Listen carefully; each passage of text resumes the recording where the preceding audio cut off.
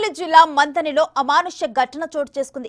ఆస్తి కోసం భర్త దహన సంస్కారాలు జరగకుండా ఆపిందో భార్య. సురేష్ అతని భార్య సంధ్య బతుకు తెరువు కోసం హైదరాబాద్కు వచ్చారు.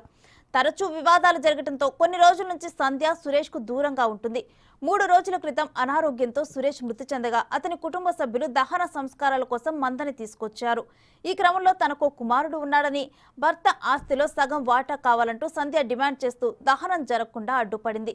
నిన్నటి నుంచి 2 కుటుంబాలు మందని గోదావరి నది ఒడ్డునే డెడ్ బాడీతో ఉన్నాయి.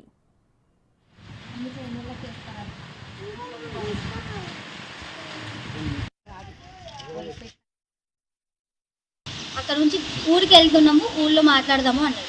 సరే ఊళ్ళో ఎంతైనా అది కూడా వాళ్ళ నెగిటివ్ ప్లేస్ కదా అని చెప్పి ఊరికి వచ్చిన తర్వాత కూడా ఊరికి తీసుకురాకుండా ఈ గోదావరి కని దగ్గర తీసుకొచ్చాం. గంగ దగ్గర తీసుకొచ్చాం, కరీంనగర్ గంగ దగ్గర, మంతిని గంగ. ఇక్కడ తీసుకొచ్చి ఇక్కడ ఒక లైట్ లేదు, ఒక ఫ్యాను లేదు, చిన్న పిల్లగాడు ఇదంతా చేస్తూ కూర్చున్నా సరే వాళ్ళు అక్కడ సాగుని అక్కడ వదిలేసినారు. వాళ్ళ పాటికి వాళ్ళు ఉన్నారు, మా పాటికి మేము ఉన్నాము. ఈ నైట్ పుట్టి పిల్లల్ని పెట్టుకొని మేము నైట్ 9:30కి వచ్చినాము. 9:30 నుంచి ఇప్పటిదాకా ఇక్కడే స్టే చేస్తున్నాం మేము. నా లైఫ్ ఎలాగో స్పాయిల్ అయిపోయింది, కానీ నా బాబు మాత్రం న్యాయం జరగాల. నా బాబుకి న్యాయం జరిగింది, నేను మాత్రం ఏం చేయలేను. మేము కూడా ఇక్కడనే ఉంటాము. నా మొగుడు మాత్రం మాకు వదిలిపెట్టి వెళ్ళిపోయింది. ఇంకా నా మొగుడు అయిన తర్వాతకైతే మేము ఏం చేయలేము, మేము మాట్లాడలేము.